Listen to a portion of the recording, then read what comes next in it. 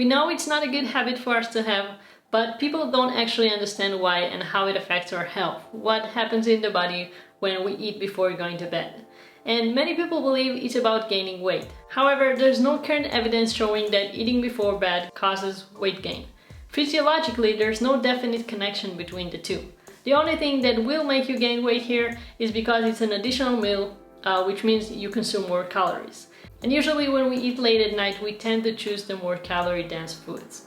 So how eating before bed affects our health? The first issue is that you get a lower quality of sleep. Digesting a meal is an energy-consuming process. It forces the body to go through a series of steps in order to digest, absorb, and eliminate the food. And this is not the best time to invest this energy on digestion because a lot of essential processes need to happen in the body while we sleep. Many people don't know this, but our nighttime basal metabolic rate is almost as high as during the day. Even though we're less active at night, there's a lot going on. We do a lot of repairing of tissues and growth. The brain gets rid of metabolic waste. It also does rewiring of connections in the brain for the information we receive during the day. There's protein synthesis and a lot of other biological processes that are necessary to keep our body functioning properly and better prepared for the next day. So your body still needs plenty of energy while you sleep because nighttime is when your body does most of the recovery and restoration. And when we consume food right before bed, the body can't leave the food in the stomach and just, go to focus on other stuff and then come back to it later. Because the food will start to putrefy, it needs to start working on the elimination right away. So it means that your body won't be able to focus or fully complete the other important processes necessary for restoration and recovery. We often wake up exhausted even if we sleep for a good amount of hours. Our sleep is not restful because we haven't given the body a fair chance or an option to help us fully recover and feel energized for the next morning. It might not be a big issue if it happens every once in a while, but if it's a habit that happens often, over time this can cause a lot of health problems because of the accumulation of metabolic waste and the slow recovery process.